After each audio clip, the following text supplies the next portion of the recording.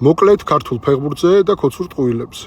როცა ჩვენმა ეროვნულმა ნაკრებმა დიდი გამარჯვება მოიპოვა საბერძნეთთან ევროპის ჩემპიონატზე გავედით, ყველა ერთად ვზეიმობდით რესპუბლიკის მოედანზე ბიჭების გამარჯვებას.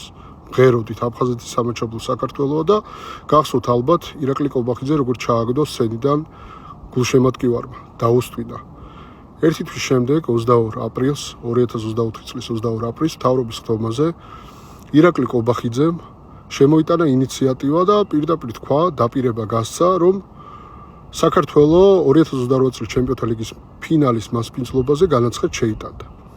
ამისთვის მთავრობა, ქოცური მთავრობა ახალ სტადიონსაც დაგვირდა. მაგრამ გავიდა დრო და ეს ყველაფერი ტყუილი აღმოჩნდა. არც განაცხადი შეუტანია და აღარც სტადიონი შენდება. ის კი არა, ტენდერიც გააუქმეს. ჩვენი ეროვნული სიამაყე, ეროვნული ნაკრები და მისი ფეხბურთელები უბრალოდ ბუტაფორიად, დეკორაციად გამოიყენეს საარჩევნო კლიპში. ამით არა მხოლოდ ქართულ ხალხს მიაყენეს შეურაცხყოფა, შეურაცხყოფა მიაყენეს ეროვნული ნაკრების წევრებს.